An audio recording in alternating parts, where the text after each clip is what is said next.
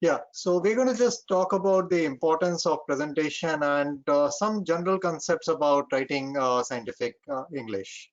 So what it's important is that, I think each one of us, with whatever subject we deal with, we all know that unsatisfactory presentation has its own consequences, be it a case presentation or when students are writing up their exams, one is trying to go through the answer sheets and so on, and you'd always tend to look at something which is written neatly, which is, in a legible format, well described. I guess, that person may be scoring over what it maybe similar content may be given by others, but not in a very presentable manner. And similarly for scientific writing, particularly when we are looking at journals, unsatisfactory presentation is quite, frustrating for the editors and reviewers. And mind you, most of the editors and reviewers are basically, they are not full-time jobs. Most of us would be doing this as over and above our clinical research, teaching activities. And therefore, I think it's important that we consider that and make the presentation as appropriate as possible. Now, like with anything else, people would say that, okay, why is it so important? So you obviously try and look at some data. So these are, I've just picked up, from some of the journals as to what the reasons for rejection are. Now, most often the reasons for rejection are the lack of message. That's the key reason, or lack of novelty. But the style and grammar may contribute to it. In another journal, Academic Medicine, they found that text not easy to follow, text difficult to follow as a reason for rejection, or poor writing as a reason for rejection. Now, this may not primarily be a reason for outright rejection. It may just go back and let's say people may ask you to improve the grammar, improve the writing, conform to the journal guidelines, and get it back. So it's not something like a fatal error. It can be salvaged, but it always helps if we kind of sort it out before we submit it to the journal. Now, most of us would be concerned about that when we submit our publications to European or American journals. They are biased and they kind of reject ours more often than what they do for others. And if one just tend to look at the data, this is again from one of the studies and journals in radiology. The overall rejection rate for articles submitted from India was about 3/4 and about a quarter for their own the United States authors' papers. Now, if you look at the reasons, the key reason is lack of new or useful knowledge. So that's about major reason. 74% is what we would have for let's say articles submitted from India in that particular study. And the language part, the poor language is only about 8.6%. So many other countries at that time, like China and Japan and all, would come close to that in terms of this being the reason. But the major reason still for all the countries, all scenarios, is lack of new or useful knowledge. So we need to look at this part that if the analysis is an issue, a little bit of an issue there, or language errors here can be salvaged. But again, as with anything else, we could try and make our manuscript as close to perfect as possible. So what are the issues with medical and scientific writing? The key things are that we often tend to think in terms of words and not really ideas. So what it essentially means is that when we are writing up, we may not actually be able to convey what we have in our mind. We have done the research, we understand everything, even if it's not written down or only 2 lines are written, we know what has been done. And therefore we may be focusing too much on kind of words that we have to use, or the terms, or that those are used, and that's what makes it a little bit difficult. The other misconceptions are that everyday language is unscientific, and therefore we make an extra effort to make it appear more scientific. So that's something that we should avoid. The main purpose is that we should be able to communicate our ideas or whatever we have done in a language which our peers or colleagues would be able to understand. Some of us may be a bit casual in our approach, saying that okay, a journal, once it's the articles accepted, editors are anyway going to change the language, so why bother? Others may have a view that it's scientific writing, it's like creative writing, so my individual style should be allowed. Nobody should really tinker with that.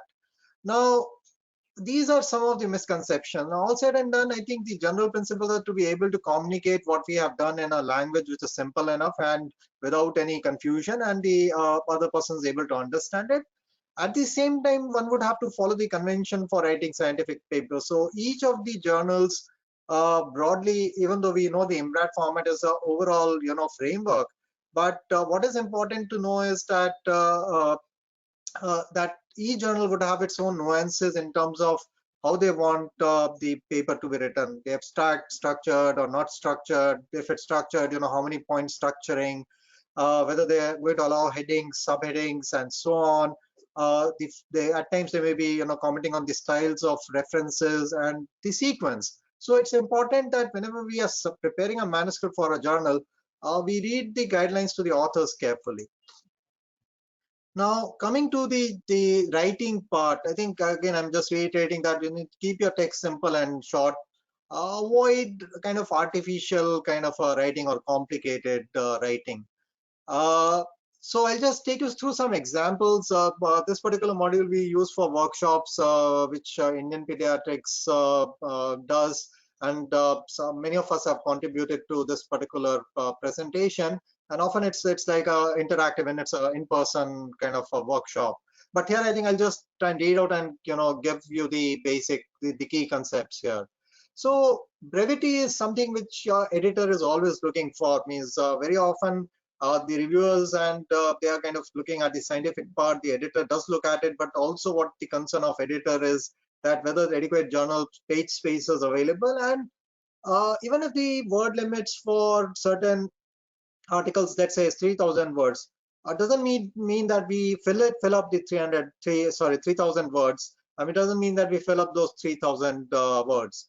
Brevity is something that is a requirement, and one would try and convey the whatever the gist of or whatever the work is, and as in word count which is as low as possible.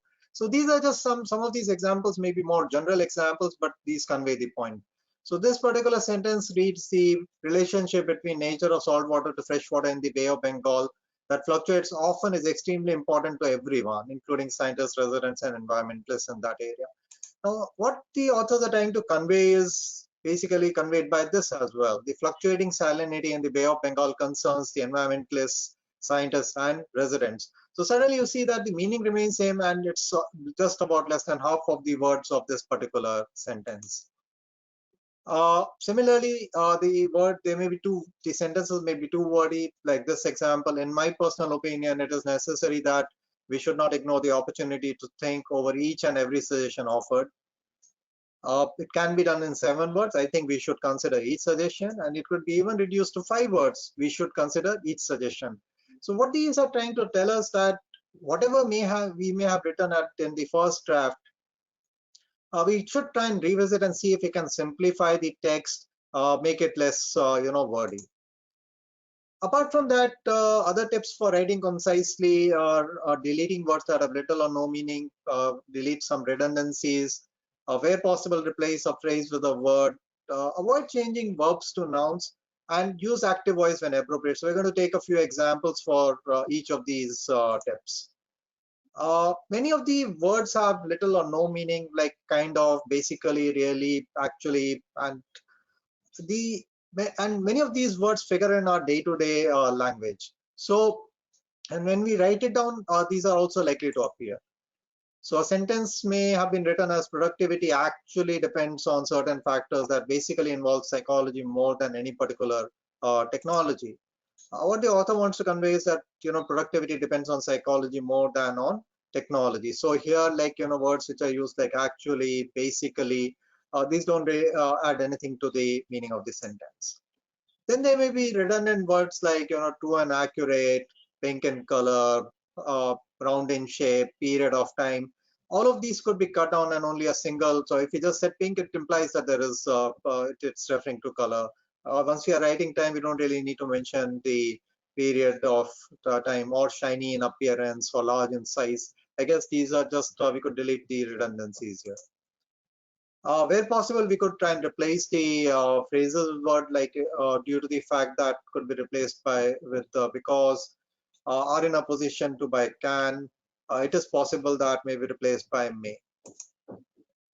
The other thing that we should avoid is changing of verbs to nouns. So this particular example, the develop part has been converted to development, and this has led to the sentence reading like development of patent asexual parasitemia occurred in all monkeys except this one in the first experiment. Now, if we just use the verb as such, so we would write in the first experiment, all monkeys except this one developed patent asexual parasitemia. I think it's easier to read, and again, the word count would slightly be lesser. Similarly, there could be others which we may write as incubation of plates was done for 1 hour at room temperature, or 10 participants made a decision to discontinue the use of study drug. So here the incubation has been derived from a verb, and we could write it as the plates were incubated for 1 hour at room temperature, and 10 participants discontinued the use of study drug. There could be other thing which we need to look at is the active voice and the passive voice. So generally sentences in active voice are more direct and less wordy. Just again, this is just recap of what we would have learned in school. When we're using active voice, it's focusing on the subject performing the action expressed by the verb. So it's like Gupta designed the experiment.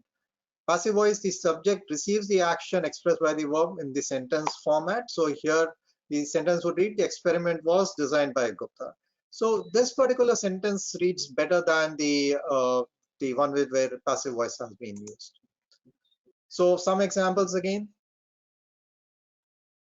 Albuminous mosquitoes were infected, or another one, in the present study it was found that certain antimalarials had some adverse effects, or data were collected from 5,000 patients by physicians. So these could be converted into active kind of voice, and if we wrote, we infected, or the authors infected these mosquitoes, we found that certain antimalarials had some adverse effects. Physicians collected data from 5,000 patients. So this can definitely help us in reducing the word count as well as it reads better. There could be times when passive voice would be more appropriate. So here, if the receiver is more important than the performer, for example, we want to focus on the participants. So here we're saying participants received 6 doses of the study drug over 3 weeks. In instruction manual, it would be the samples must always be kept at 43 degrees centigrade. While being moved to a new study site, several vials were broken, so new samples were taken. Again, some examples here. So like if we want to write, we delayed this study due to the fact that funding was unavailable. So here it would be, we delayed the study because funding was unavailable, despite the fact that data were checked, errors occurred. So here if you're just replacing and saying, even though the data were checked, errors occurred. Our basic understanding of the problem is that the drug regimen is too complicated. So here it's like, we think drug regimen is complicated. They arrived at the conclusion that analysis of data would be difficult. So instead of arrived at conclusion, we substitute with concluded. Similarly, there could be, this is just describing the aim of the study. So in order to identify components involved in AT-mediated retrieval in vivo, a genetic approach was utilized to identify and isolate yeast mutants defective in this retrieval process. So this can be modified to identify components required for AT-mediated retrieval in vivo. We used a genetic approach to isolate yeast mutants defective in this process. So again, we're using to an extent the active voice as well as replacing some of these phrases with a single word. I'm sure each one of you would have had a look at this slide, which is been circulated many times on social media. Here, practically every single word is misspelled except the name of the contributors here. And yet, I think most of us can easily read it without really worrying about it. Now, what's the purpose of showing this slide here? It essentially tells us that we are likely to overlook the spelling errors that we have in our draft manuscripts easily, unless we are very carefully looking at the construct of each of the word. Adults would read it in a different way. A young child who's just starting to read would look at every alphabet and then construct a word and then understand it. For us, we would just be looking at the overall context, or looking at the first and the last alphabet, and that would give us an idea what that word is. So it's important that a spell and a grammar check has to be done. We may use the thesaurus. But at the same time, many words differ by only one letter, and the spell check may not detect these errors like comma versus comma, scare versus scar, words or wards, ratio becoming ration, miliary tuberculosis becoming military tuberculosis, simply because there's a typo and that's not picked up by the usual spell check. So one has to read this carefully. Many of us still prefer to take a printout of a manuscript that we think is near final and actually go through it word by word to make sure that the overall flow of thoughts is appropriate, as well as the spellings and other things are taken care of. A little bit about abbreviations and acronyms. So these increase readability and avoid repetition of long words. So difference between abbreviations and acronym is that acronym is kind of a name formed by the first letters of the words and they are pronounced as words. So whatever, even though we may use it, the fewer the better. One would avoid them in the title, except very common ones like DNA or HIV and so on. Wherever we are using it for the first time, we should use a full form of the first time, and then we could be using the abbreviations or acronym is what we would do. One should not be synthesizing new abbreviations. Today in the world of texting and short forms and all, with every day you're going to be finding different abbreviations coming up. So these have to be avoided in our manuscripts. A word about the verb tenses, because many times as editors and reviewers, we would find that there are issues with the verb tenses that are used in the manuscript. So within the introduction, it's usually the past and present tense that is used. So use present tense for accepted knowledge, like malaria is caused by the parasite Plasmodium vivax and constitutes a public health problem in India. Past tense is used to refer to your aims or methods or whatever the previous knowledge is. So here we'll take this example and we're going to, from this particular study, look at other components within the results discussion and so on. So based on hypothesis that tacrolimus is more effective than cyclosporine in inducing remission in patients with steroid-resistant nephrotic syndrome. Now these would have been expanded earlier in the introduction. We compared the efficacy and safety of 12 months of treatment with these agents. On the other hand, if you're writing a protocol or you're submitting a grant application for funding, then these would have to be in future tense, that what you intend to do in this particular study. Methods, typically it would be past tense to describe what you did, and again in protocols it would be in future tense. So not uncommon, particularly when we have students who are writing up their thesis. The methods part often is copied pasted from the protocol, and that would be in future tense, while this has to be in past tense, like this particular sentence. For results, you would use the past tense unless you're referring to the tables or graphics. So the likelihood remission was similar in patients receiving tacrolimus and cyclosporine A at 6 and 12 months, and here we give reference of the table. But when it comes to referring to a figure, we move to the present tense, like figure 2 shows the probability of non-response in relation to time. Discussion, it would be again be a mix of past and present tense. Use present tense for general conclusion, but past tense for specific findings. So findings from this study suggest that the therapy with TAC or cyclosporine in combination with low-dose steroids shows similar efficacy in inducing remission in a considerable proportion of patients. Although patients receiving TAC showed lower relapse rates, decreased blood levels of cholesterol, and lack of cosmetic side effects, these were secondary endpoints. Moving on, we need to be using, example or that is with care, and again, etc. with discretion. Do not use for a list introduced by include or including, or a list introduced by example. I think there we should be as complete as possible. Similarly, examples like, when we are looking at some numbers, fewer and less which are used for degree or value are not interchangeable. We should avoid double negatives like not inconsistent, not uncommon, cannot barely in our writing. Unfortunately, many of our MCQ pattern or MCQ questions have these particular double negatives when questions are being asked. So I think that's the genesis why we still want to use these. Where possible, again, there would be places where you would not hyphenate, like, if a compound follows the noun. So decision-making methods would mean this may be fine, but, avoid hyphenation except these. So this otherwise would have read as methods of decision-making, or trial of placebo control would be written as placebo control trial. Very low birth weight children would be, appropriate as compared to children of very low birth weight. Similarly, there may be prefixes and so on, which would be there. At times, you just need to be careful about the hyphen. So coexistence doesn't need a hyphen, but when you're talking about words like mid-Atlantic or mid-Pacific or mid-90s, 1900s or so, there would be a hyphen. One may refer to any of the standard dictionaries that one is, one is more comfortable with.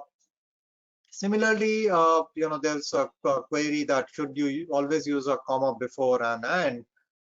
Unless you are just and is between two words as such, I think apart from that you should preferably be using it.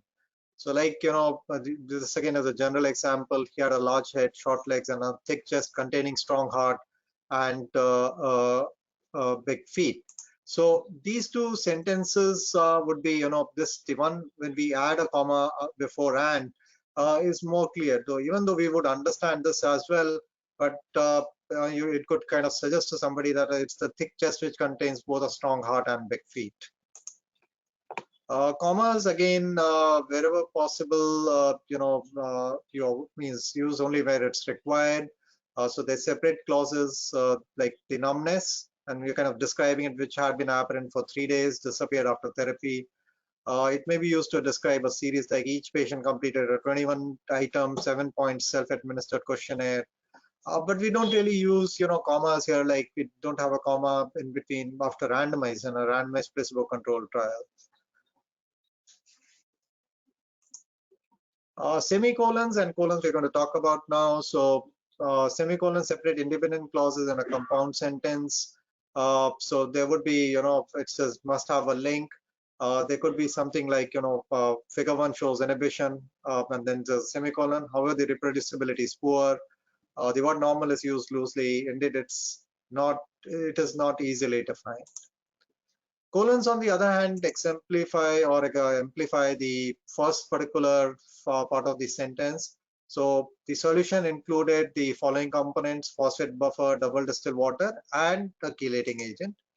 Lab studies yielded the following values. So we have a colon, and then we kind of describe, and each of these are separated by a semicolon, or we could even use commas here. Now, when we are writing up, particularly this is important for the introduction as well as discussion, that we need to have some idea about the unit of how we compose these. So every paragraph there should be a topic sentence at or near the beginning. Subsequent sentences explain, establish, or develop the topic statement.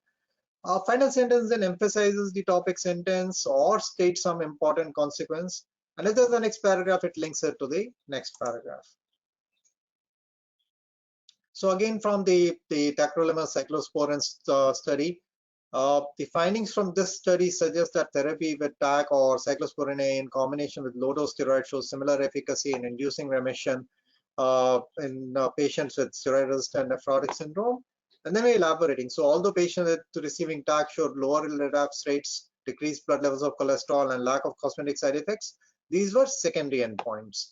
And then again, we are talking again about therapy with tacrolimus might be considered as a reasonable alternative to cyclosporin A for patients with idiopathic steroid-resistant nephrotic syndromes. Studies with longer follow-up are necessary to confirm the relative benefits of prolonged therapy with these agents.